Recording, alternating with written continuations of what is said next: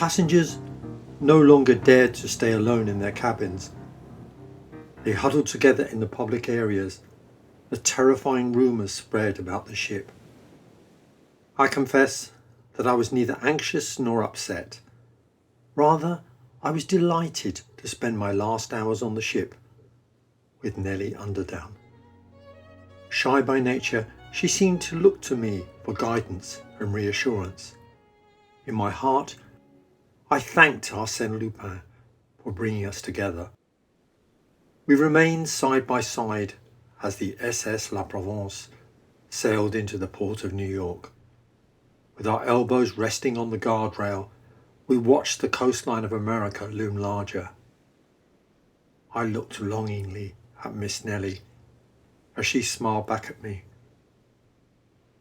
Her soft voice gave me hope. The cabin crew abandoned the search for the jewels.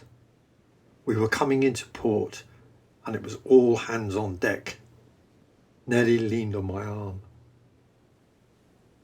"What a magical moment this is," I said. But her attention was distracted by the lowering of the gangplank. Men in uniform were coming aboard. Nellie sighed. "I think they are too late," she said. "Arsène Lupin has somehow escaped during our voyage." "But look over there," I said. "The little old man standing by the gangplank." "In the green coat? With the umbrella?" "Yes." "That's Ganimard, the famous detective. He has sworn he will personally arrest Arsène Lupin. And here he is, waiting here on the other side of the ocean. Then surely he will arrest Lupin. Oh, how exciting!" "Ganimard has only seen him in disguise," I cautioned. "And if Lupin has seen his enemy—" "I hope Ganimard does arrest him," she said. "I would love to see it." The passengers began to cross the gangplanks. Ganimard paid no attention to those crowding past between the two handrails. A ship's officer stood behind him. At one point the officer whispered in the detective's ear. Many familiar faces went past. One of them was Roseanne. "I still think it was him," said Nellie. "Do you want to take a photograph of Roseanne and Ganimard together? Then you can check the evidence later." "Yes," she said, and took my camera. The officer again whispered in the ear of Ganimard. Miss Nellie lifted the camera. Ganimard shrugged, making no attempt to stop Roseanne from passing. "So Roseanne is not Arsène Lupin," said Nellie in English. "Then who is?" There were very few passengers left. "We cannot wait any longer," I said. She nodded and walked towards the gangplank. Suddenly, Ganimard stepped in front of us. "Arsène Lupin, we meet at last." I laughed and reached for my papers. "Not me, monsieur. I am Bernard d'Androzay.